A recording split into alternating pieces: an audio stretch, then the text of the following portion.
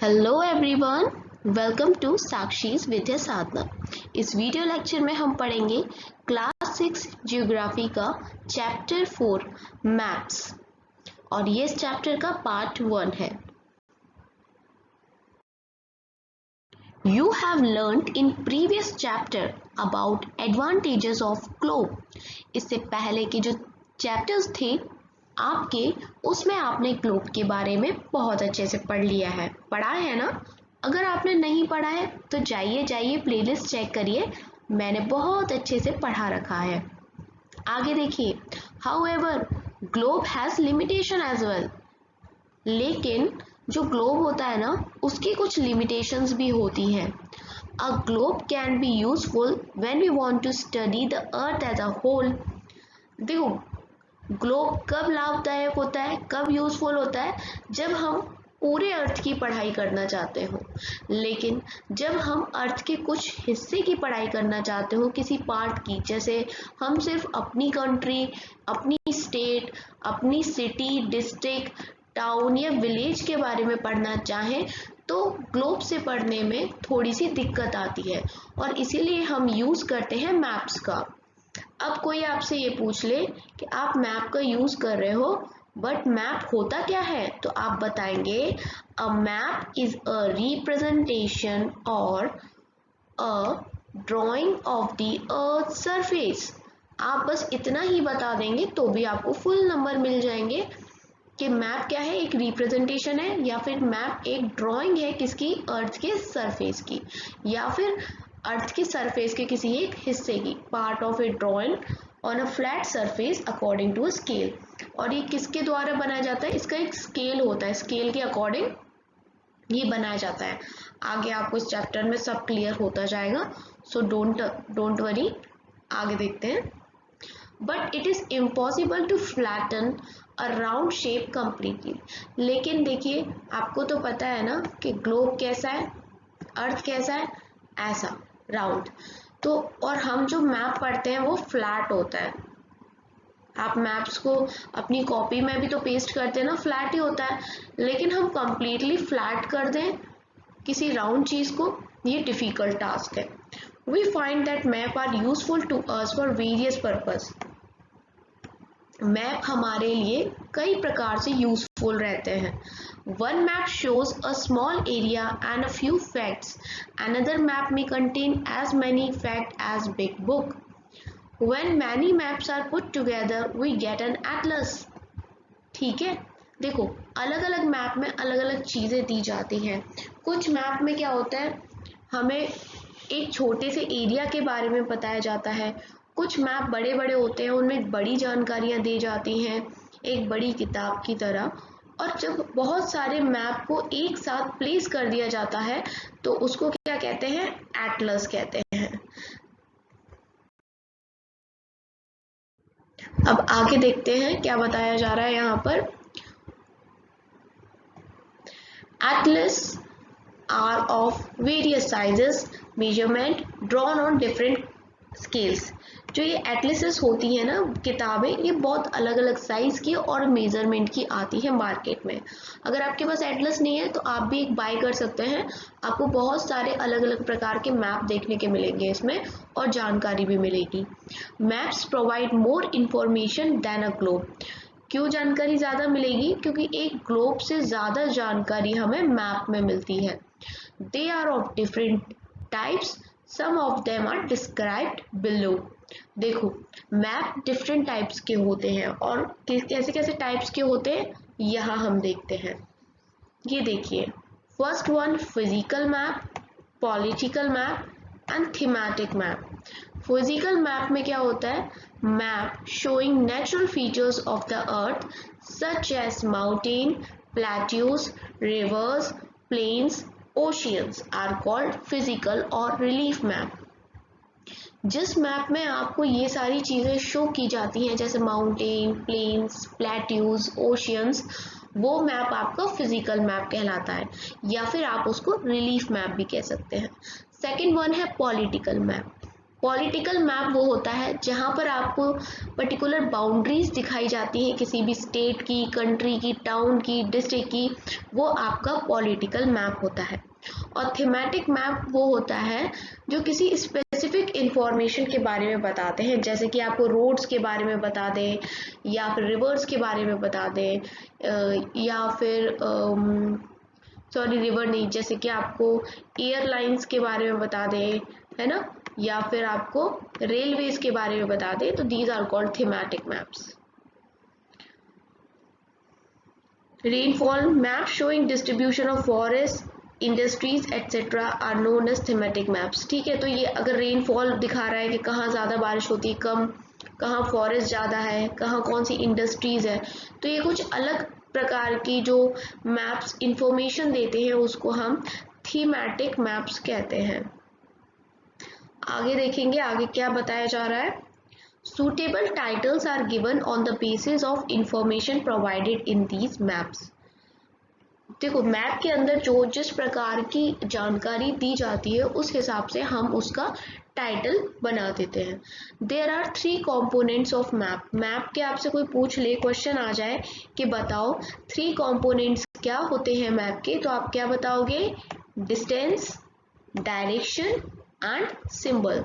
दोबारा रिपीट करती हूँ, 3 components ऑफ मैप पूछे तो क्या बताओगे? Distance, direction and symbol. अब उनमें से एक के बारे में हम पहले पढ़ेंगे, दैट इज डिस्टेंस के बारे में। देखो मैप्स आर ड्राइंग्स। अभी अभी हमने जो डेफिनेशन पढ़ी थी उसमें हमने ये पढ़ा था कि मैप्स क्या होते हैं? ड्राइंग होते हैं, ठीक है, which reduce the entire world or a part of it to fit on a sheet of paper।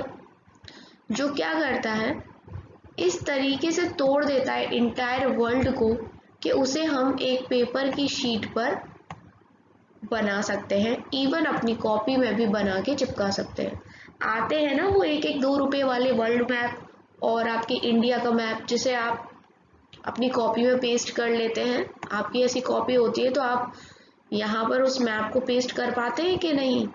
तो यही मैप की खासियत है।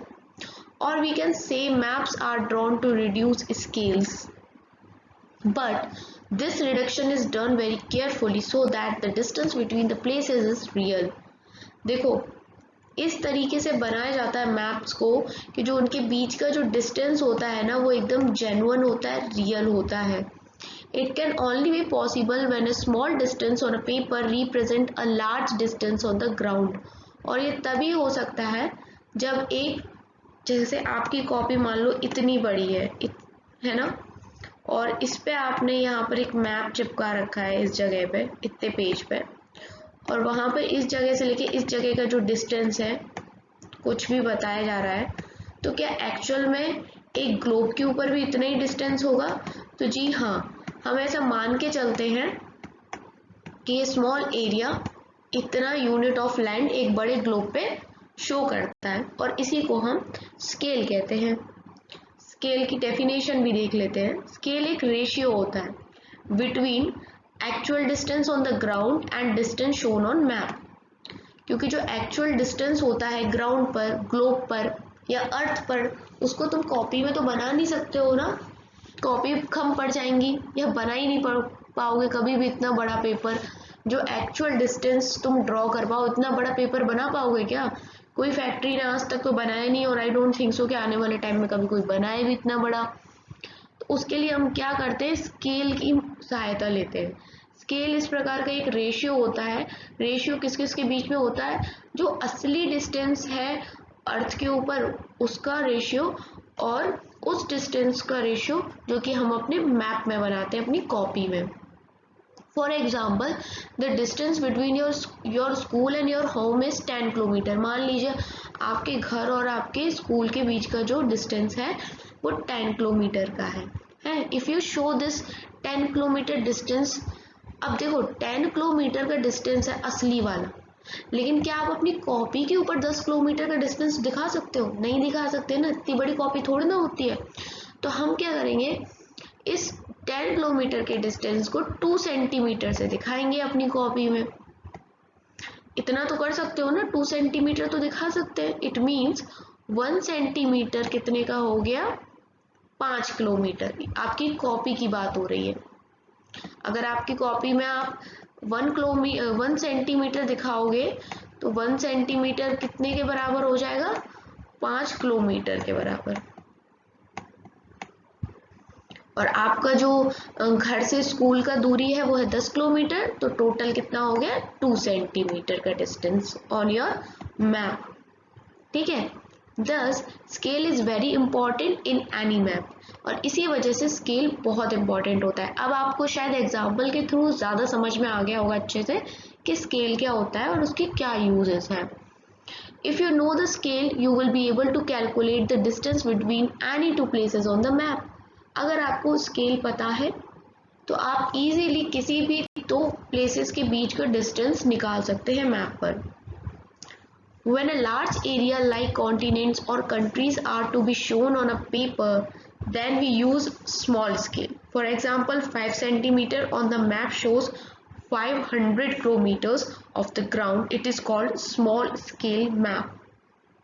देखो, जब हमें अपने मैप पर, अपनी कॉपी में बड़े एरियाज को दिखाना होता है, बड़े एरियाज जैसे कि कॉन्टिनेंट्स, कंट्रीज, इनको दिखाना पड़ता है, तो हम स्मॉल स्केल का यूज़ करते हैं। कितना स्मॉल पता है कि 500 किलोमीटर को शो करने के लिए हम सिर्फ 5 सेंटीमीटर का यूज़ करते हैं, और ये तब करते हैं जब हमें लार्ज एरियाज को शो करना हो मैप में, और इस चीज़ को हम कहते हैं स्मॉल स्केल मैप।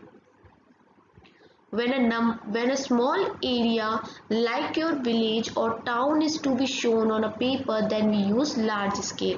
देखो उल्टा है, जब हमें स्मॉल एरिया दिखाना हो जैसे तुम्हारा विलेज और टाउन, तो हम क्या करेंगे, लार्ज स्केल यूज़ करेंगे। जैसे कि 5 सेंटीमीटर की दूरी दिखाने के लिए मैप पे आप 500 मीटर को दिखाएंगे ग्राउंड पर, जैसे इसको कहेंगे large scale.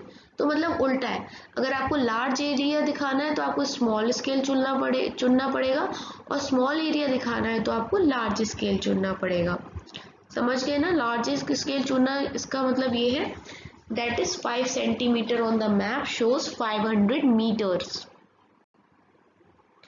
Large scale maps give more information than small scale map. और ये बात हमेशा याद रखना कि जो लार्ज स्केल मैप्स होते हैं ये वाले, ये हमेशा ज़्यादा इंफॉर्मेशन देते हैं in comparison to small scale map. अभी हमने पढ़ा था डिस्टेंस के बारे में, अब हम नेक्स्ट कंपोनेंट के बारे में पढ़ रहे हैं जो कि है डायरेक्शन। फिर उसके बाद पढ़ेंगे सिंबल के बारे में। Most maps contain an arrow marked with the letter N at the upper right hand corner. देखो, ज़्यादातर जो मैप्स होते हैं उनमें ऊपर की तरफ जो राइट हैंड का कॉर्नर होता है वहाँ पर N लिखा रहता है। इस N का मतलब आप जानते हैं क्या? इस N का मतलब होता है north. It is called north line, और इसको हम क्या कहते हैं, नॉर्थ लाइन। इसके बाद when you know the north you can find out other direction, for example east, west, north, south. अब एक बार जब आपको नॉर्थ पता चल जाता है तो आपको पता है इसके नीचे जस्ट यहाँ पर क्या होगा, साउथ होगा। तो इस तरह से आपको ये चीज़ें पता चल जाती हैं, इधर पे ईस्ट होगा और इधर पे वेस्ट होगा।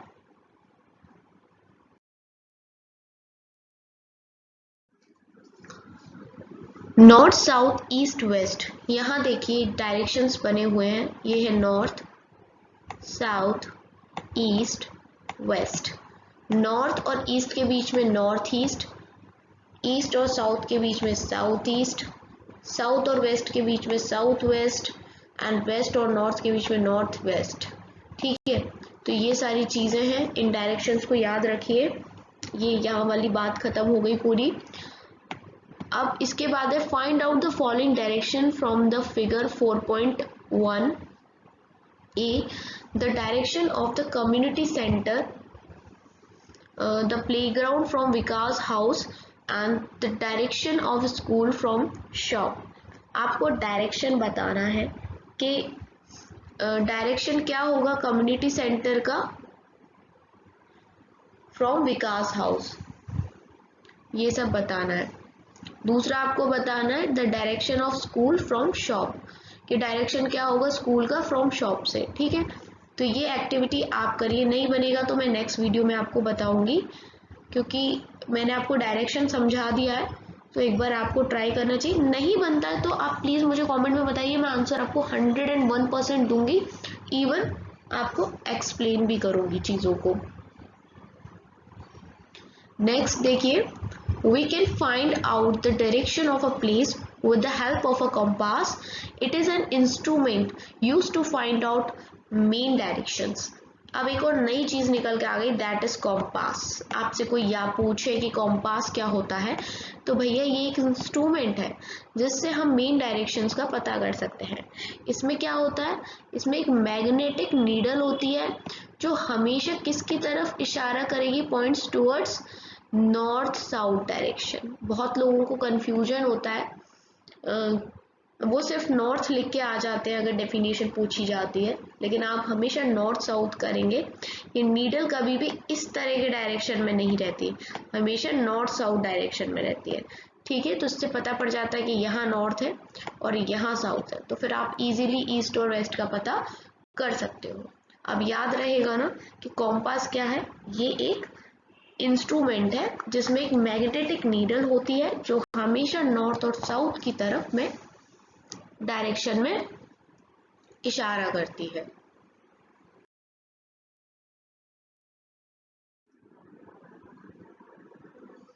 अब आ गया हमारा तीसरा component, that is symbols. It is a third important component of a map. अब इससे पहले जो हमने कंपोनेंट पढ़े, दैट इज हमने क्या पढ़े, जैसे कि डायरेक्शन पढ़ा हमने, डिस्टेंस पढ़ लिया, अब हम सिंबल पढ़ रहे हैं। It is not possible to draw on a map the actual shape and size of different features such as buildings, roads, bridges, trees, lines or a well. So they are shown by using certain letter, shades, color, pictures and lines. देखो, अभी मान लो जैसे कि मुझे show करना हो कि India के मैप में कहाँ कहाँ जंगल है या इंडिया के मैप में रिवर्स कहाँ है, तो क्या हम असली के जंगल जितने बड़े पेड़ बना सकते हैं क्या? नहीं ना।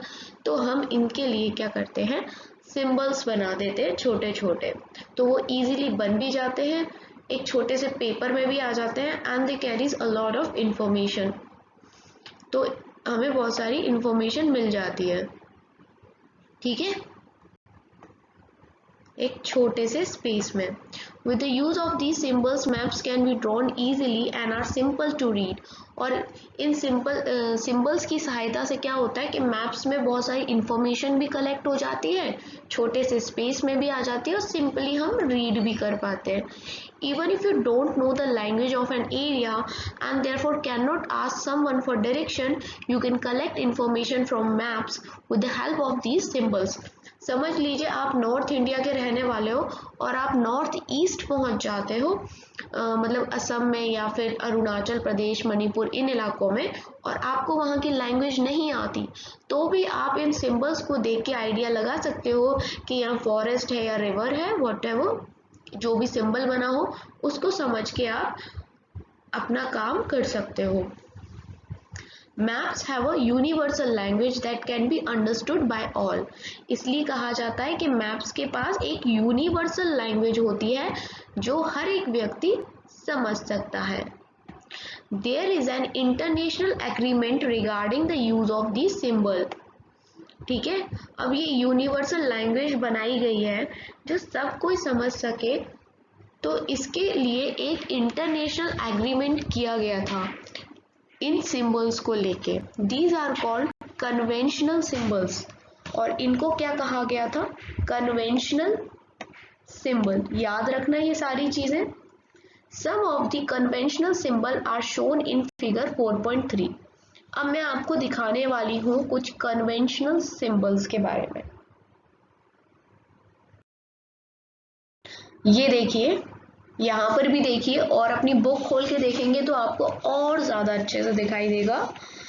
ऊपर देखिए रेलवे लाइन, अगर ब्रॉड गेज दिखाना हो तो इस तरीके का बनेंगे मीटर गॉज, ये इस तरीके से। और अगर रेलवे स्टेशन दिखाना हो तो ऐसा ट्रैक बनाएंगे, फिर यहाँ रेड लाइन और RS लिख देंगे for railway station.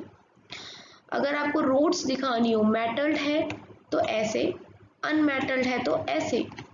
International international ये स्टेट के लिए आप ऐसा बनाएंगे और स्टेट से छोटा डिस्ट्रिक्ट के लिए आप ऐसे बनाएंगे।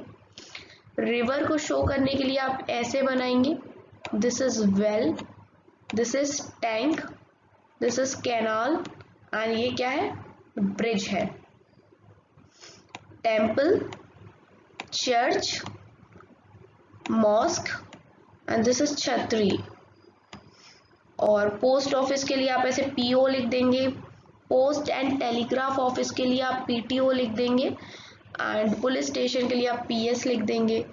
कहीं पर मान लीजिए सेटलमेंट्स है लोग बाग के, तो वहाँ पर आप इस तरह के रेड रेड छोटे छोटे ये बना देंगे। और कहीं ग्रेवयार्ड है मान लीजिए, तो वहाँ पर आप इस तरीके से बना देंगे। और ट्रीज के लिए आप इस तरह से कर देंगे ग्रीन कलर में। और ग्रास तो ग्रास जैसी ही लग रही है। तो ये सिंबल्स काफ़ी इजीली हैं बनाने में भी, जिनको ये चित्रकला नहीं आती है वो भी बना लेंगे हम जैसे लोग, और छोटे से स्पेस में बन जाते हैं और बहुत सारी इंफॉर्मेशन अपने अंदर कलेक्ट करके रखते हैं। Various colours are used for the same purpose. अलग अलग कलर्स देखिए यूज किया गया है। रिवर्स में ब्लू कलर डाला गया है, सेटलमेंट में रेड डाला है, ट्रीज ग्रास में ग्रीन डाला है। तो अलग अलग कलर हमने यूज किया है। जनरली ब्लू कलर को यूज किया है हमने पानी के लिए, वाटर बॉडीज के लिए हमने ब्लू किया है। माउंटेन्स की बात आएगी तो हम ब्राउन कलर यूज करेंगे। ये बात तो आपको याद होगा ना, बचपन में सब ने ये वाली ड्राइंग तो बनाई है कि ये पहाड़ है और यहाँ से ये नदी निकलती है। इस तरह की ड्राइंग ज़्यादातर बचपन में सबने बनाई होती है, तो हम जनरली यहाँ पर ब्राउन कलर ही करते थे। तो आपको याद रहेगा इस चीज़ से कि ब्राउन जो होता है वो माउंटेन के लिए है, प्लेट्यू के लिए हम येलो कलर करेंगे, एंड ग्रीन को हम करेंगे प्लेन्स के लिए।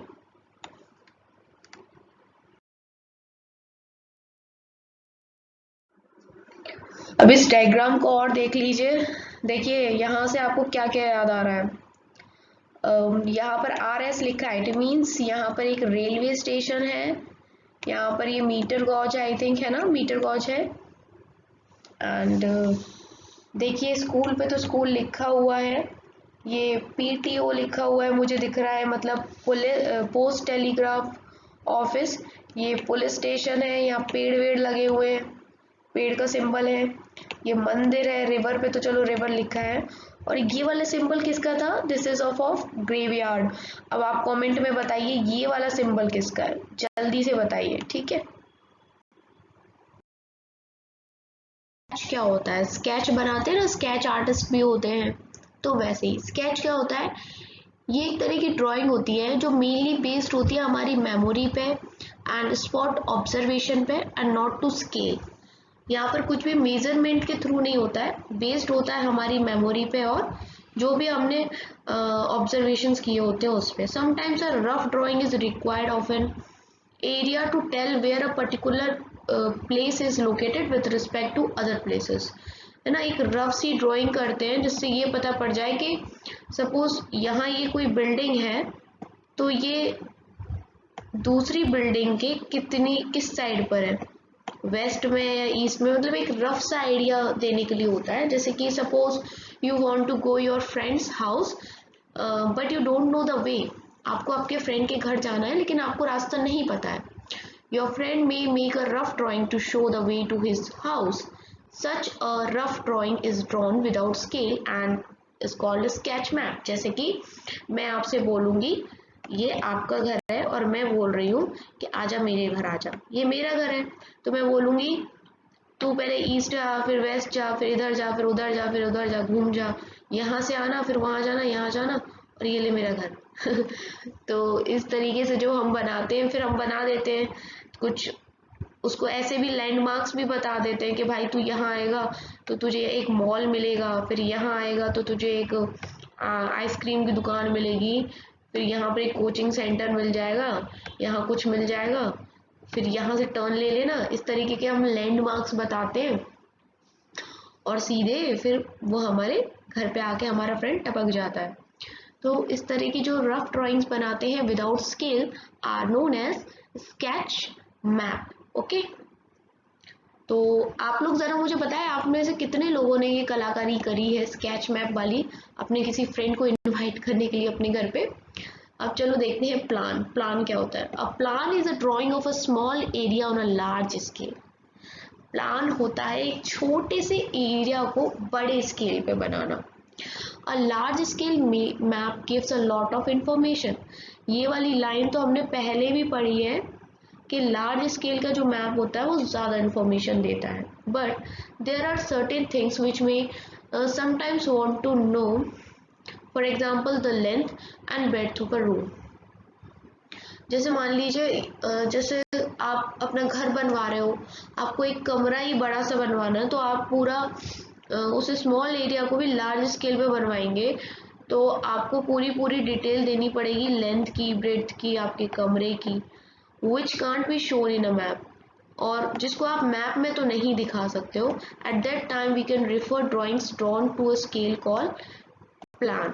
और इसलिए जब आप ऐसी ड्राइंग्स को मैप में नहीं बना सकते हो तो आप उसे प्लान पे बनाते हैं, and that is called plan. ठीक है, लेक्चर पसंद आया होगा। इसी के साथ हमारा चैप्टर 4 ख़त्म होता है क्लास 6 जियोग्राफी का। अगर आपको क्लास 6 के किसी और सब्जेक्ट पे वीडियो चाहिए तो आप मुझे कमेंट सेक्शन में बता सकते हैं। अगर आपको मेरी वीडियोस थोड़े से भी हेल्पफुल लगते हैं तो प्लीज़ लाइक कीजिए, क्योंकि ये बिल्कुल फ्री ऑफ कॉस्ट है, आपके इसमें पैसे नहीं लगते हैं।